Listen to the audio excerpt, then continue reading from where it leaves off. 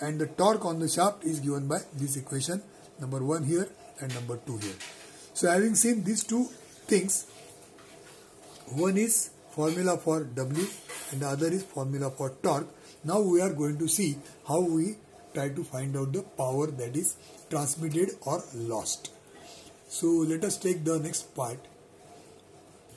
For the same case, let us take under the case of uniform pressure. Earlier we have seen there are two systems we use, either constant pressure theory or constant wear theory.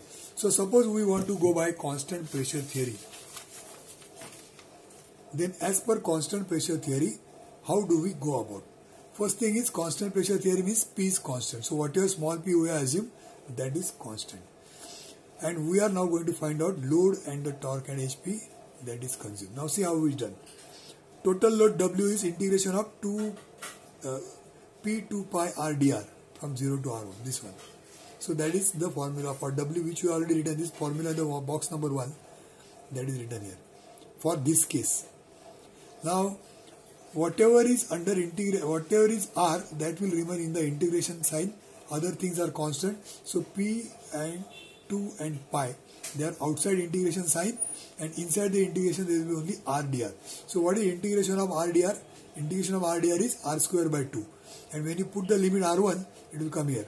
So 2 pi P R1 square by 2, 2 goes. So that gives us pi P R square. That means the load acting on the shaft, what we were talking about here, load acting on the shaft is equal to pi P R1 square. So for the first case, flat pivot case, under uniform pressure condition, load acting on the shaft is given by pi P R1 square. Now let us find out the torque. So torque formula is this formula, mu P 2 pi R square, here it is R square, 2 pi R square dr under integration 0 to R1. Now here mu P 2 pi, this much part is outside integration sign because there is no R here. So that is written outside, and inside the integration only R square is remaining. So integration of R square dr, and limit is from 0 to R1. So that gives us R cube by 3. Integration of R square is R cube by 3. So this is what we get after the integration is resolved. So torque is equal to this much, which is written 2/3 pi mu P R1 cube.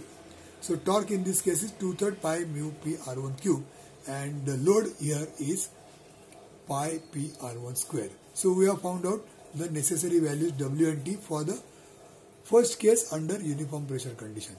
Now if we divide T by W, what will happen? That means T in terms of W we want to find out. So we divide T by W. So this is T written above the line. This is W, which is written in the denominator. So when you solve this, it becomes 2/3. Certain things get cancelled. Pi P gets cancelled. So 2/3 mu R1, and when you bring W here, it becomes T becomes 2/3 mu W R1. So now we are written T in terms of W. So T is equal to 2/3 mu W R1. That becomes the final derived expression what we are going to use. So what this also means is frictional force is considered to be acting at 2/3 of the radius. What this means? Now if I write this same thing here, T is equal to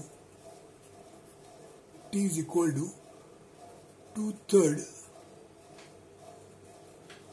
R1 and then mu and then W.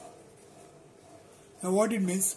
W is vertical load, mu W is the horizontal load, which we have just now seen earlier.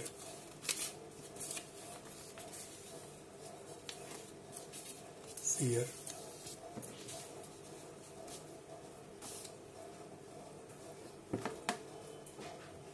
See, W vertical, mu W horizontal. So like that, W is vertical, mu W is horizontal load. Now this horizontal load multiplied by the distance is the torque. So whatever is written here is the distance. Now this distance is 2/3 of R1. That means in this case, the first case what we are talking about, the radius is from 0 to R1, but somewhere where the radius is 2/3 of R1. So if this distance is 2/3 of R1, then we can say that this entire load is acting at this point. So you can think of this load as a point load. So instead of saying that instead of saying that this load is all over, we say that load is acting only here and this distance is 2/3 R1. This full is R1, and at 2/3 R1, this point, the load which is acting is all over. Instead of saying it is acting all over, we say that load is acting at a 2/3 radius. So this load, then the horizontal force is mu W. I am drawing 3-dimensional. This becomes mu W, and this mu W into 2/3 R1, because that is the distance at which it is acting. If you draw the top view, it will come something like this. This is 2/3 R1. This is mu W. And this vertical, I am holding the pen vertical. This vertical is W. So vertical plane is W. Mu W is horizontal, acting at this distance. So the torque is 2/3 R1 mu W, and this is what is written here. T is 2/3 mu W R1. So 2/3 R1 is effective radius. That means although the radius is this much, 2/3 is the radius where the load is effectively acting. That means indirectly you can say that there is no load acting anywhere. There is no load at all. But only at this point the whole load is acting. Then it gives you torque is equal to this much. It is an equivalent case. So we try to remember three things. One is the load by this formula, torque by this formula, and the torque in terms of W by this formula. Now this torque, if you multiply this torque by other things, you will get the power. So I will just show you here. If you see here now, power lost in friction in watts is equal to 2 pi nt by 60, where n is in rpm and t is in Newton meters. Just now we have calculated t. So that t is written here 2/3 mu W R1, 2 pi n by 60. So this is the power that is lost in friction. So we were initially talking about power is lost. So how much is the power lost? It is given by load into coefficient of friction into radius of the shaft, and then multiply by 2 pi n 60. That is going to give you how much is the power lost. So we have derived an equation to find out the power that is lost at the bearings in the first case under constant pressure condition. Now let us see constant wear condition, what happens. So now this case is of a constant wear condition. Now wear, how do we tackle this case? Wear is a function of intensity of pressure and rubbing velocity, which we have seen earlier.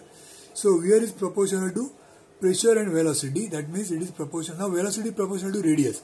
So wear is proportional to pressure and radius. So pressure into radius is constant. So P into R is constant. So you can say P1 R1 equal to P2 R2 equal to P3 R3 equal to constant we show by C. So whenever these P and R together, we bring them together, call that as C, and take this as constant. So now see how do we go further. The formula for load W is equal to integration of P 2 pi R dr. We have just now seen this earlier. P 2 pi R dr integration 0 to R1. Now this P and this R together it forms C. So it is constant, so it is taken out. So outside the integration sign, this time there will be 2 pi and C. 2 pi, PR is C. So 2 pi C is outside integration sign, and inside the integration only dr varying from 0 to R1. It is varying from 0 to R1. So if you solve this further, you will get integration of dr is R and limit is R1. So 2 pi C R1, that becomes the equation for load. So the load for constant wear condition is W 2 pi C R1. Then the next formula is for the torque. So let us write the formula for the torque first. So 2 pi P R mu R dr. Now there was R square. So we have splitted R square, 1 R here and 1 R here. Now this R combined with P, it makes C, and only 1 R remains inside the integration sign. So this becomes 2 pi C mu, 2 pi C mu, and integration of R becomes R square by 2. This 2 gets cancelled, so it becomes pi mu C R1. So pi mu C R1 square, torque is equal to pi mu C R1 square. So load is equal to 2 pi C R1, torque is equal to pi mu C R1 square. These are the two terms which we wanted to find out. Now let us get T in terms of W. So divide T by W, this T by this W, this is the case, and cancel out and rectify it. It gives you half mu W R1. Therefore, T is equal to W taken on this side. W already taken on this side. So, T is equal to half mu W R1. Half mu W R1. So, T in terms of W is half mu R1. Now, the frictional force is considered to be acting at half and R1. Mu W is there. So, this mu W is acting at what distance? Half R1. So, half R1 becomes effective radius. Now, having known T, next thing is power lost. 2 pi N d by 60, where T is this. So, T is written as half mu W R1. So, mu pi W N R1 upon 60 in watts is the power that is lost.